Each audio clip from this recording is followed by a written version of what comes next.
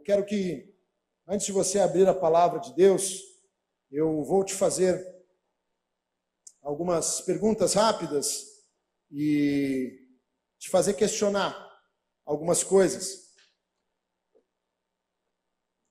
Eu creio que você já deve ter, por algum momento,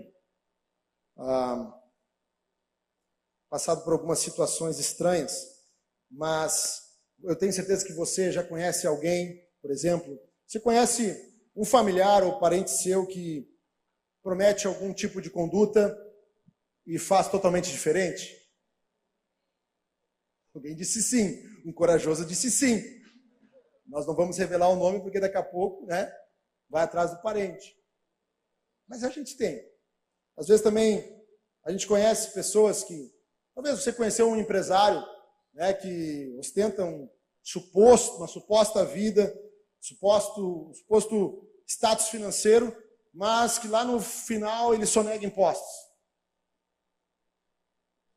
Ou talvez um amigo seu que compra, uma amiga que compra as melhores roupas, ela renova toda a estação, ela renova todo o guarda-roupa, mas na hora que sai com você, não consegue nem pagar a metade do X que dividiu contigo lá no bar. Como é que você chamaria esse tipo de comportamento? Eu vou ser brando com você aqui nessa noite. Eu gostaria de chamar de contradição. Contradição é você ter um familiar que diz que vai fazer uma coisa e faz outra. Contradição é alguém que externa um status financeiro e, na verdade, sonega o imposto. Assim como seu amigo ou sua amiga que troca todo o guarda-roupa e não consegue nem pagar um hambúrguer. Nesse lugar, assim, de contradição, nós ouvimos muitas coisas, viu, jovem? Nós ouvimos também outras contradições na vida. Discursos ideológicos acalorados, prometendo mudanças e que não acontecem. Nós ouvimos promessas mirabolantes de campanha que não acontecem, contradições. Nós ouvimos muitas vezes mobilizações em prol de inclusão de algum grupo, mas, em compensação, você ouve, ao mesmo tempo, a exclusão de outro grupo. Ou seja, a inclusão só para alguns e não para todos. Tudo isso é contradição. É um tipo de contradição. E a contradição, ela parece que não causa dano imediato, ela parece que não carrega maldade nem intenção pecaminosa nenhuma. Mas ela esconde algo que a gente não gosta de experimentar. Ela nos causa uma sensação ruim. Uma sensação que a gente tem desde o Jardim do Éden, que se chama engano. Quando você vê uma contradição, você simplesmente liga um botão e diz: estou sendo enganado. De alguma forma. E o engano é uma coisa que nos incomoda muito.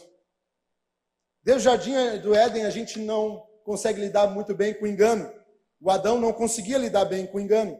De tal forma que, se você ler Gênesis capítulo 3, eu cito muito aqui Gênesis, é algo que eu gosto muito de mergulhar quando eu estudo a palavra de Deus.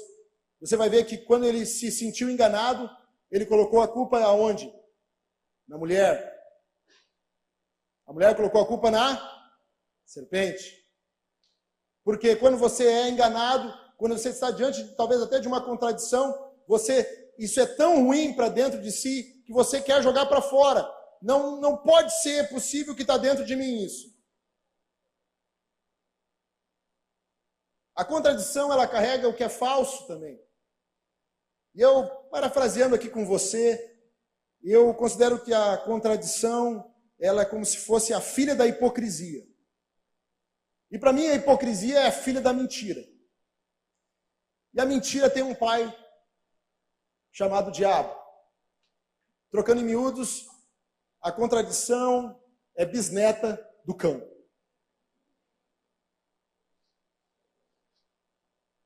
Parece que ela nem tem a cara muito do diabo, mas ela tem o sangue ali correndo nas veias do engano. Mas muitas vezes quando a gente olha para o outro, quando a gente vê todas essas contradições da vida, a gente esquece o que vai dizer em Jeremias, no capítulo 17, no versículo 9. Jeremias 17, 9 vai dizer assim: enganoso é o coração, mais do que todas as coisas, e desesperadamente corrupto, quem o conhecerá? Ou seja, infelizmente, eu vim aqui começar essa palavra dizendo uma coisa: o engano habita dentro de ti. Difícil de ouvir, mas é a verdade. Porque a Bíblia diz que enganoso é o coração do homem e extremamente corrupto. E assim nós nos enganamos, pensando que estamos fazendo algo que deveríamos fazer e não.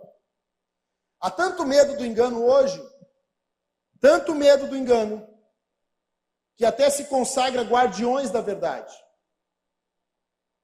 Se consagra guardiões da verdade para que eles investiguem se é verdadeiro ou não o que está sendo veiculado.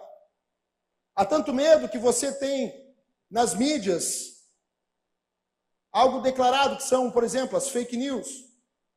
Por que tem que se carimbar algo como fake news?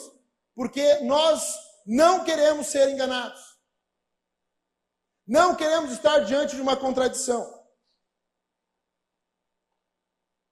E hoje, no mundo como nós estamos, é difícil saber o que é falso e verdadeiro. Repleto, num mundo cheio de opiniões, vozes, sugestões e ideias. Sempre tem dois lados da moeda, sempre tem duas versões da mesma situação, se não 3, 4, 5, 6. Isso só aumenta o engano ou a contradição.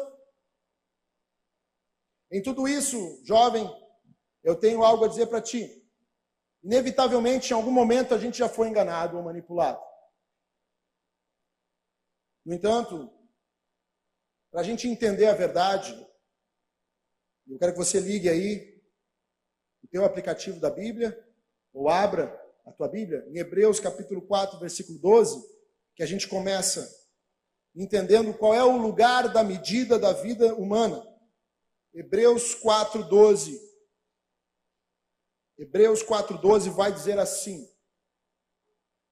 Se a projeção me ajudar, fica melhor ainda. Hebreus 4, 12. Porque a palavra de Deus é viva e eficaz, e mais afiada que qualquer espada de 2 gumes. Ela penetra até o ponto de dividir alma e espírito, juntas e medulas, e julga os pensamentos e as intenções do coração. Nada em toda a criação está oculto aos olhos de Deus. Tudo está descoberto e exposto diante dos olhos daquele a quem havemos de prestar contas. Você pode dar glória a Deus por isso? Sabe por que você dá glória a Deus por isso? Porque toda contradição e engano não prevalecem diante da palavra de Deus e dos olhos do Senhor. Se você já foi enganado, manipulado, eu tenho certeza de algo. A palavra de Deus joga longe essa fumaça de engano. Porque ela é viva e eficaz. Ela prova os pensamentos e as nossas intenções. Inclusive, o nosso próprio engano de coração. A palavra faz. A palavra dissemina. A palavra acaba com esse engano. Essa introdução eu estou dizendo para você porque a palavra de Deus vai nos dizer que Jesus chega diante de uma situação e ele se depara com uma contradição. Aqui nesse ano nós temos um tema específico. Você também que nos visita, que está vendo a nossa live. Esse ano aqui, esse Ministério Jovem tem um tema específico. Nós queremos ser praticantes da palavra. No entanto, a palavra de Deus vai nos mostrar em Lucas capítulo 6, versículo 46. Evangelho de Lucas 6, versículo 46. Jesus está diante de uma contradição.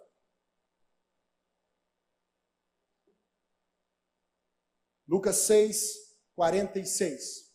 Ele diz assim: por que vocês me chamam Senhor, Senhor, e não fazem o que eu digo? Fica aqui. Por que vocês me chamam Senhor e Senhor e não fazem o que eu digo? Ou seja, Jesus está diante de uma contradição. E para o hebreu, para o judeu, chamar Senhor, que era ali no grego também era Kyrios, não se submeter a quem você chama de Senhor em obediência, era uma total contradição na vida. E Jesus vai dizer, no versículo 47, eu mostrarei com quem se compara aquele que vem a mim. Presta atenção no que Jesus diz. Eu mostrarei com quem se compara aquele que vem a mim, ouve as minhas palavras e as pratica. Essa pessoa, versículo 48, é como um homem que ao construir uma casa, cavou fundo e colocou os alicerces na rocha. Quando veio a inundação, a torrente deu contra aquela casa, mas não a conseguiu abalar, porque estava bem construída. Mas aquele que ouve as minhas palavras e não as pratica é como um homem que construiu uma casa sobre o chão, outras versões, sobre a areia, sem alicerces. No momento em que a torrente deu contra aquela casa, ela caiu, e a sua destruição foi completa. Você está aqui, diga amém? Beleza? Diante dessa contradição, que Jesus está olhando para esses homens dizendo, se vocês me chamam de Senhor, por que vocês não fazem o que eu digo? Ele imediatamente faz uma comparação. E a gente detesta comparações. Como assim detesta comparações? Talvez você tenha um irmão, não vou pedir para você levantar a mão. Mas quando, pior ainda se o teu irmão estudou na mesma escola que você, ou a tua irmã, e se teu irmão foi melhor aluno do que você, sempre tem aquela professora que diz, teu irmão era muito inteligente, eu aposto que você vai ser igual a ele. E você não era tão dedicado, tão inteligente ou tão prestativo. E aquela comparação para você vira um problema. Jesus faz uma comparação aqui, que para alguns é um problema. E essa comparação, ela revela uma contradição assombrosa. E aqui eu faço uma pergunta para vocês. Quando Jesus compara aquele que ouve as palavras dele e pratica, e aquele que ouve e não pratica, ele mostra a construção de uma casa. Aquele que pratica a palavra, edificou uma casa, cavou bem fundo e achou alicerces. Aquele que não pratica a palavra, edificou uma casa, mas não cavou fundo e não fez a sua casa sob alicerces.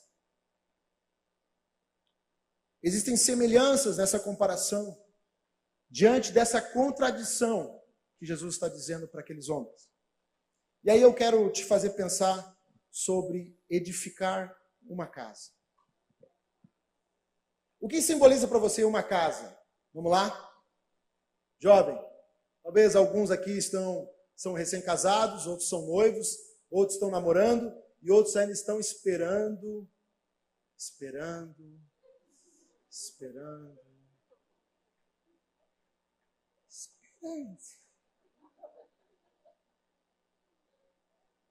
Continua esperando. Os que esperam no Senhor renovarão suas forças.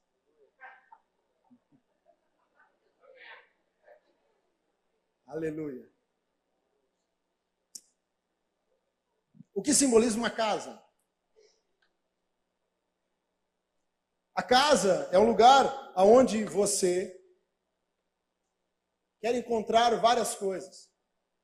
A casa é um lugar de sobrevivência, de sustento. A casa é um lugar de refúgio, descanso. A casa é um lugar de segurança e proteção. A casa é um lugar de amor e de afeto, de intimidade, relacionamento. A casa é um lugar de valores e de responsabilidade. A casa é um lugar de herança e de legado. Então, quando Jesus traz diante da contradição a comparação de edificar uma casa, ele está trazendo para algo tão íntimo, mas ao mesmo tempo ele está dizendo que é algo de grande valor. E diante disso, Imagine você construir a sua casa sobre uma areia movediça, sobre um lugar que não tem base. Imagine tudo aquilo que simbolizava o lugar da herança, do legado, da proteção, da segurança, da intimidade, do amor, do afeto. Tudo isso, jovem, imagine você construir um relacionamento. Imagine você buscar edificar uma casa para você e para sua esposa, ou no caso para o seu esposo e para a sua família. E logo após você saber que tudo que você construiu está fadado à tragédia,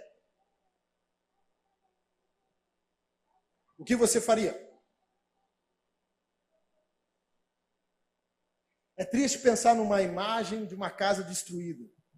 Uma das coisas que mais me entristece e deprime quando eu vou em alguns lugares é ver casas destruídas. A minha esposa sabe bem disso. Às vezes eu falo para ela, a gente passa por um lugar e eu vejo uma edificação, uma casa que ela está abandonada ou destruída e eu penso, quanta história tem ali que a gente não sabe? E quanto esforço foi colocado naquele lugar que ninguém mais se lembra do que aconteceu lá. Quanta memória que está ali esquecida, que ninguém mais lembra. E Jesus falou que é assim para alguém que não coloca, não edifica a sua casa sobre a rocha. No entanto, quando nós estamos nessa vontade de construir e comparamos esses dois exemplos nos deixam muito claro que a intenção é pura e autêntica. O que está querendo falar com isso, Felipe? Jesus não disse que um edificou e o outro não queria edificar. Jesus não disse que um queria uma casa e o outro não. Pelo contrário. Jesus disse que os dois homens ali que construíam a sua casa, eles queriam esse lugar, eles queriam essa casa. Ou seja, jovem, a intenção era autêntica, era pura, era genuína. Todo mundo quer um lugar para si.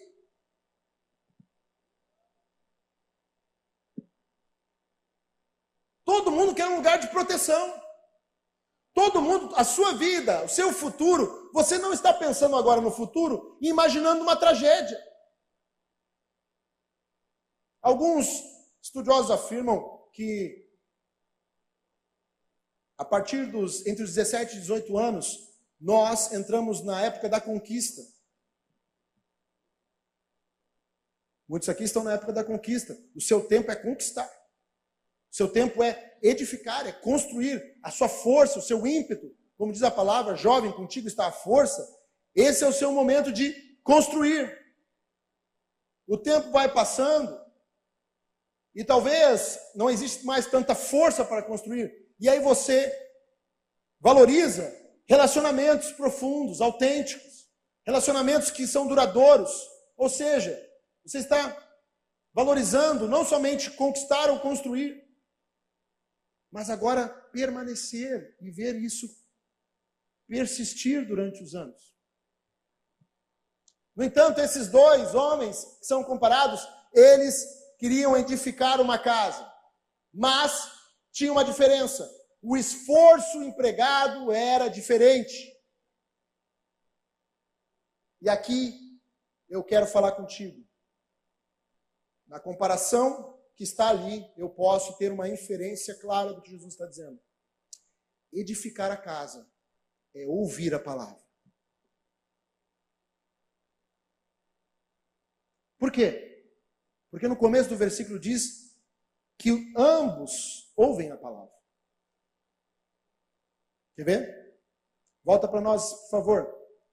Ali mesmo, no versículo 47. Eu mostrarei com quem se compara. Aquele que vem a mim, ouve as minhas palavras e as pratica. Presta atenção. Versículo 48. É como um homem que ao construir uma casa, cavou o fundo e colocou os alicerces na rocha. Quando veio a inundação, a torrente deu contra aquela casa, mas não a conseguiu abalar porque estava bem construída. Versículo 49. Mas aquele que ouve as minhas palavras. Ou seja, está evidente que ambos ouvem a palavra. Ambos querem edificar uma casa para si. Jovem, você não veio aqui para perder tempo. E eu não quero que você venha aqui para perder tempo. Você veio ouvir a palavra de Deus. Acima de tudo, você veio ouvir a palavra de Deus. Você teve comunhão, você adorou, você se conectou. Ao final do culto, você vai conversar com pessoas, você vai se relacionar com pessoas, amigos, amigas, quem sabe, futuro pretendente. Viu? A minha esposa tem mais fé do que vocês. Porque foi na igreja que eu conheci essa mulher, entendeu? No meio da vigília, fogo pegando, anjo descendo, anjo subindo, daqui a pouco eu olhei para ela, mas essa mulher quer Deus. Vou ficar do lado dela.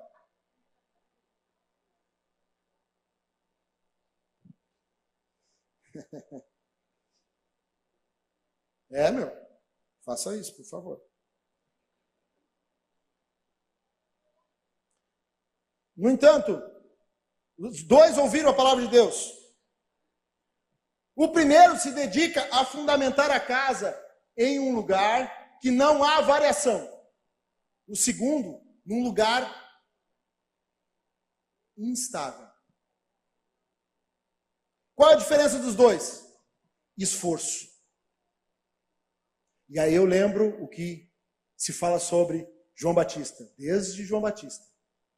O reino dos céus é ganho por esforço. E os que se esforçam se apoderam dele. A nossa geração aqui não é uma geração que vem aqui para só ouvir a palavra. Ela vem para empregar um esforço em ganhar o reino dos céus. Você não foi chamado só para ser um ouvinte. Você não foi chamado só para ser um espectador. Você não foi chamado só para ficar olhando e ouvindo. Você foi chamado para se esforçar e praticar aquilo que você ouve. Nós temos um compromisso com você aqui. O staff vem aqui antes, mais cedo, arruma tudo isso aqui por um compromisso com a tua vida. Staff maravilhoso, o pessoal que está trabalhando aqui, maravilhoso, lindo, amo de paixão, beijo. Que coisa maravilhosa, que maravilhoso esse louvor aqui ministrando hoje para nós. Que maravilhoso você receber um abraço lá na entrada. Eles estão fazendo isso com um compromisso com a tua vida. Para que você entrar aqui e só ouvir? Não. Para que você seja impactado, para que se esforce para praticar o que você ouve. Diante disso, a diferença entre esses dois é o esforço. Um cava fundo, o outro não. Cavar fundo é praticar o que se ouve. Edificar uma casa é ouvir. Agora, cavar fundo é praticar o que se ouve. Porque esse homem começou a cavar fundo, ou seja, começou a praticar, até que ele achou a rocha. Até que ele achou o lugar. Meu irmão, às vezes a gente pensa que a nossa vida cristã vai ser como uma varinha de condão. Vai cair assim, Deus vai passar e pim! Você agora é santo. Santo, santo, santo. E nunca mais será tentado. O pecado nunca mais vai bater na tua porta. E você só prosperará com uma nuvem de purpurinas subindo em cima de um unicórnio até os altos céus.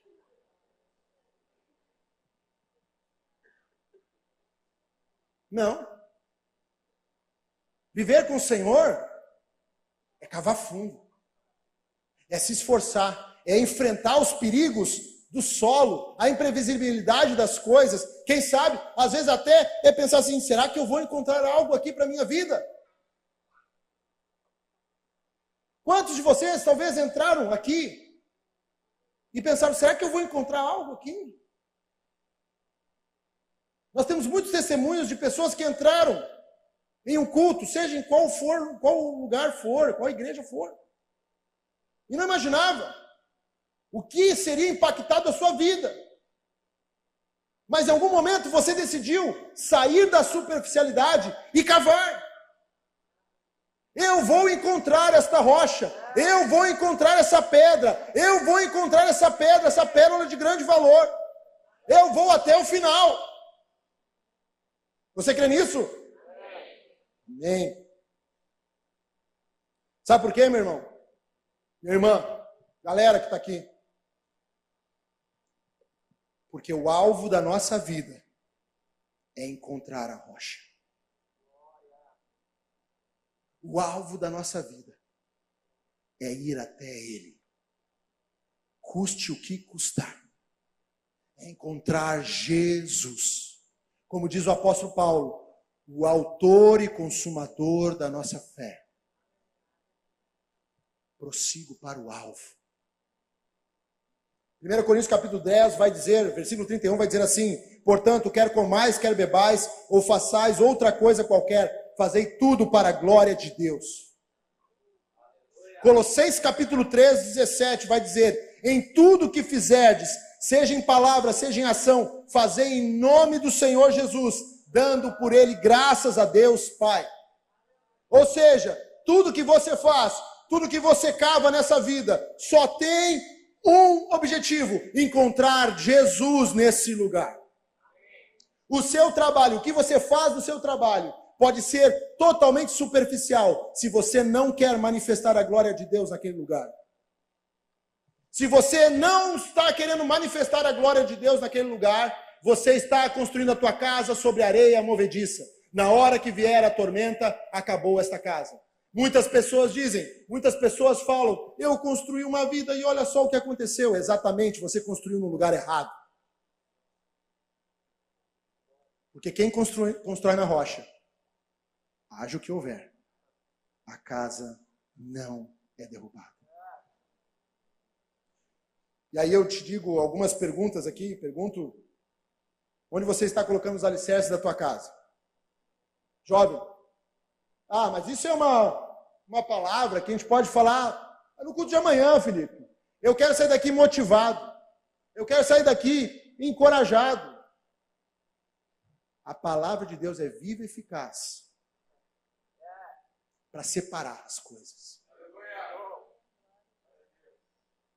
Jovem, lembra do Criador agora. Ouve a palavra e pratica agora. Não vai esperar, vai ter um filho, vai ter não, vou construir a minha vida. Não. Josué capítulo 1, versículo 8. Coloca para nós aí, por favor, Richard. Nos ajuda aí. Josué capítulo 1, versículo 8 e versículo 9. Ouve o que o anjo vai dizer para Josué. Ouve o que o anjo vai dizer para Josué.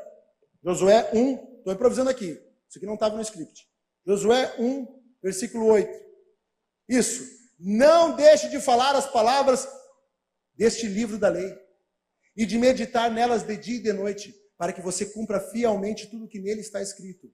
Só então, presta atenção, só então os seus caminhos prosperarão e você será bem-sucedido. Quer sucesso?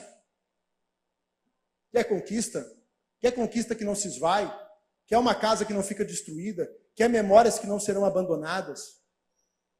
Eu nunca vi ninguém lamentar no seu leito de morte ter seguido a Jesus. Eu nunca vi.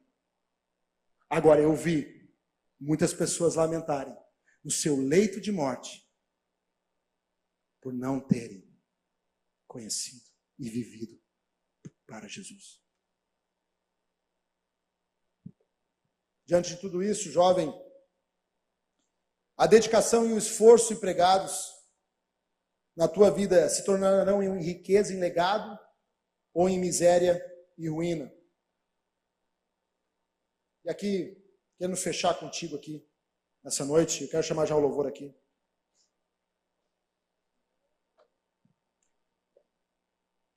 Onde nós podemos comprovar a diferença das casas e da dedicação que foi empregada?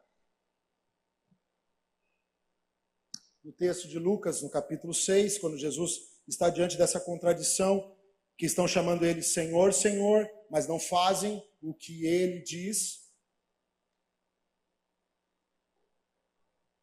Se você olhar as duas casas que estão ali,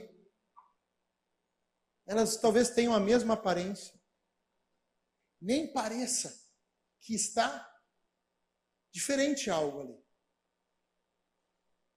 O que difere, o que comprova, na verdade, a diferença entre quem coloca sua casa, sua vida sobre a rocha e quem não coloca a sua casa, a sua vida sobre a rocha. O que faz comprovar a diferença entre ambas as casas? As duas devem estar ornamentadas, muito bonitas. Ninguém gosta de viver em casa feia. Ninguém gosta de não ter um jardinzinho na frente. Ninguém gosta de ter uma janela quebrada. Né? Expulsa esse demônio da janela quebrada, porque aí começa na janela quebrada, vai para a telha quebrada, da telha quebrada cai no cano vai lá para a elétrica, quando vê, a casa está abandonada.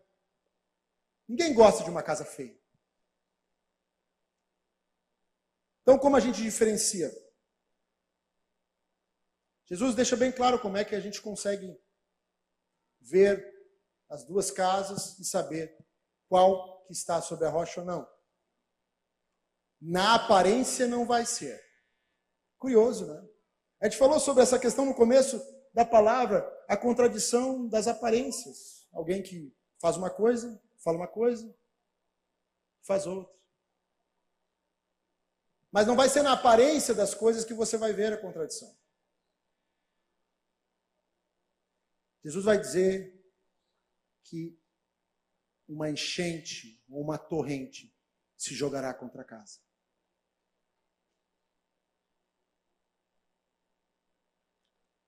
E aí sim se verá a diferença. O objetivo da tempestade na vida é arruinar com tudo. É arrasar tudo. É destruir tudo. E infelizmente, eu gosto de deixar as coisas bem claras para a nossa geração. Para a gente parar de ficar tomando placebo espiritual ou coaching. Sofrimento é inevitável. Em algum momento na sua vida, uma tempestade vai bater na casa. Em algum momento, você vai passar. As pessoas falam, eu quero alcançar estabilidade. Nada contra ter estabilidade na vida. Mas quem diz que você tem estabilidade? Até estabilidade é um conceito subjetivo. Porque talvez amanhã você está com a conta cheia. Depois de amanhã você sofre um golpe. Hoje você está correndo. Daqui a pouco vem um atestado de uma doença. Como Jesus disse, quem é que consegue colocar um côvado a mais na vida? Quem é que consegue aumentar um pouco mais? Ou seja, a imprevisibilidade da vida vai provar se nós colocamos a nossa vida, a nossa casa na rocha. E aqui vão algumas perguntas. Você está pronto para a sua vida mudar repentinamente para um cenário menos favorável que o atual? Ah, não gostei, eu vou embora. Não dá, culto de jovem e não está me jogando para cima. Não, meu irmão, nós não estamos te jogando para cima, nós estamos te jogando para baixo. Para cavar, para ir até a rocha. Para não ficar na superficialidade, para não ficar com frase de efeito de um lado para outro e sair, que legal, estou feliz. Tu não veio buscar a felicidade aqui, tu veio buscar a verdade. Esse lugar aqui não é para ficar feliz, é para você saber o que é a verdade. E a verdade só tem um lugar, é Jesus. E a tua vida tem que estar nele.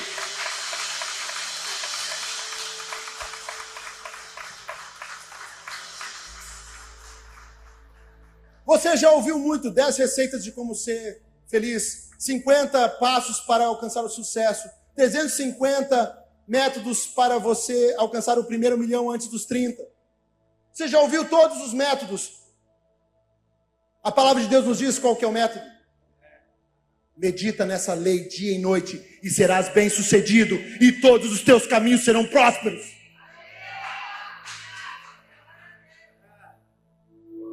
Mas não é nem R$1 milhão. R$1 milhão não é nada mais, meu irmão.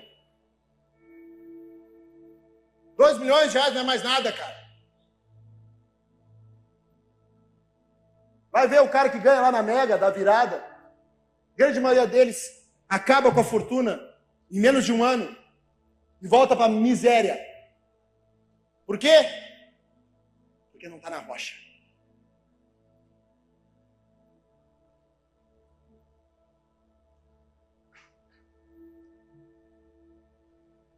Você se preparou em todas as áreas da tua vida para enfrentar ventos fortes e impetuosos?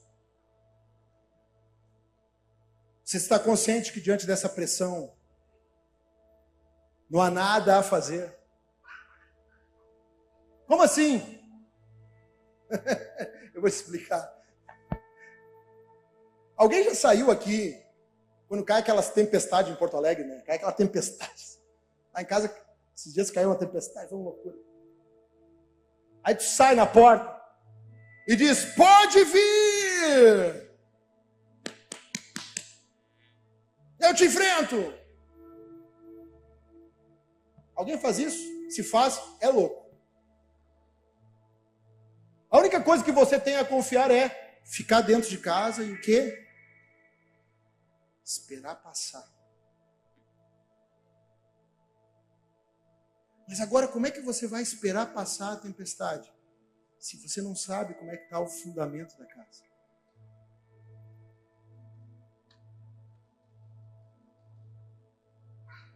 Eu não estou desejando o mal de ninguém. Mas Mateus capítulo 6, o próprio Jesus vai dizer, basta cada dia seu próprio mal. Desculpa de falar isso. Ele disse, no mundo tereis aflições, mas tende bom ânimo, eu venci o mundo. Ele não nos isentou do sofrimento inevitável. Ele nos disse, cava fundo, ouve, pratica, porque pode vir a tempestade. Tu fica seguro, espera passar, a tua casa não vai cair.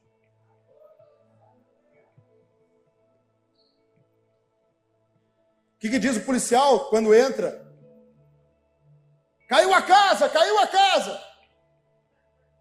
Caiu a casa! Caiu a casa! Perdeu, caiu a casa! Exatamente porque a casa tem um valor muito alto. Cair a casa é perder tudo.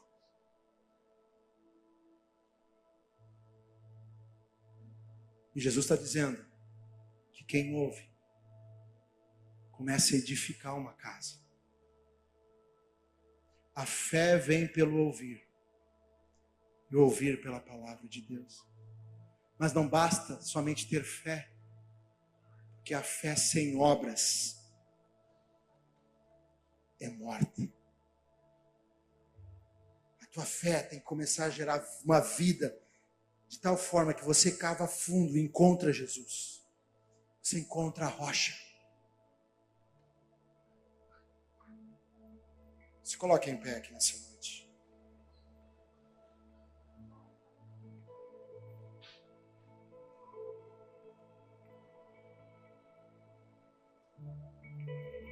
É no momento do sofrimento, da aflição e da tempestade que muitos abandonam a fé. E eu não quero que ninguém aqui abandone a fé. Por isso, construa a tua casa na rocha.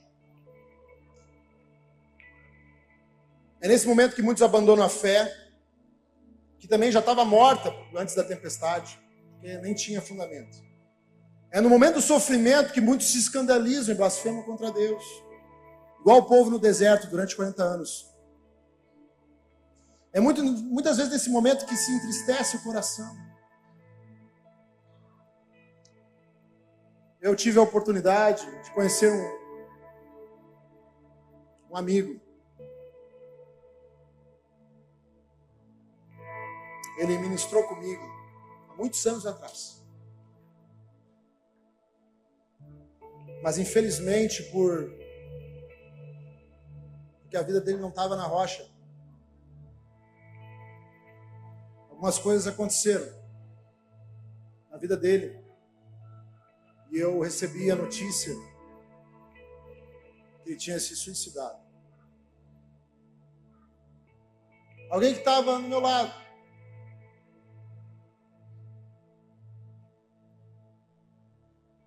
Quando eu vi aquela notícia, eu falei, não é possível. Nós andávamos no mesmo lugar. Nós fazíamos praticamente as mesmas coisas. Nós tínhamos praticamente os mesmos amigos. O que faltou? A casa estava igual. O ornamento parecia o mesmo. Mas na hora que bateu o sofrimento, a casa ruiu.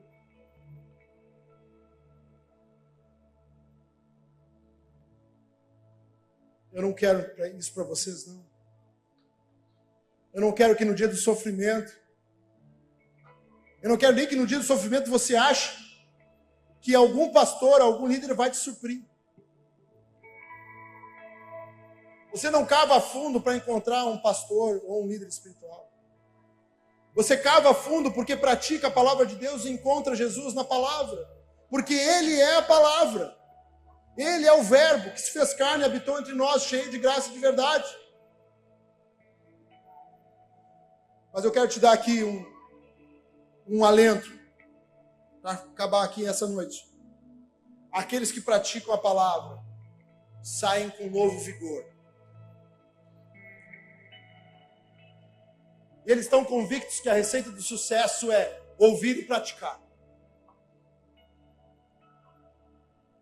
Esses são aqueles que o profeta Isaías afirma. Coloca para nós, por favor, Isaías, capítulo 40, versículo 27. Nós vamos ler juntos. Quero que você leia junto comigo isso. Não vou ler sozinho isso. Isaías, capítulo 40, no versículo 27. Leia junto comigo. 1, 2, 3. Por que você reclama, ó Jacó?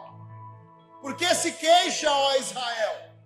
O Senhor não se interessa pela minha situação?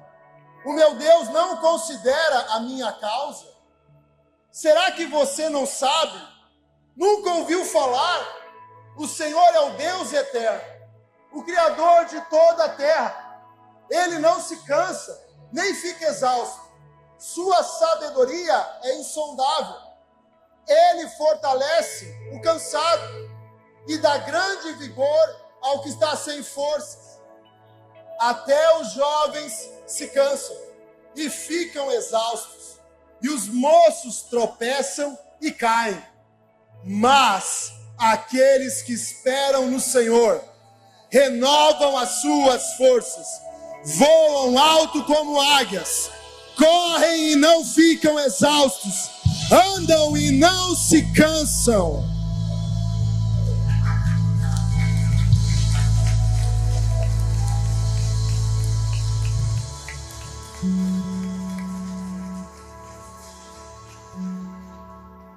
Até aqueles que parecem não estar exaustos do teu lado, até aqueles que parecem que estão vendendo uma bela de uma contradição, vai chegar uma hora que até os jovens vão se cansar. Até aqueles que parecem que são alguma coisa se cansam quando chega a tempestade. Mas aquele que está fundamentado na rocha tem força renovada, voa acima das nuvens e da tempestade, corre na frente dos jovens e não se cansa, e mantém o ritmo normal da caminhada da vida sem se fatigar. Mas tem que estar na rocha.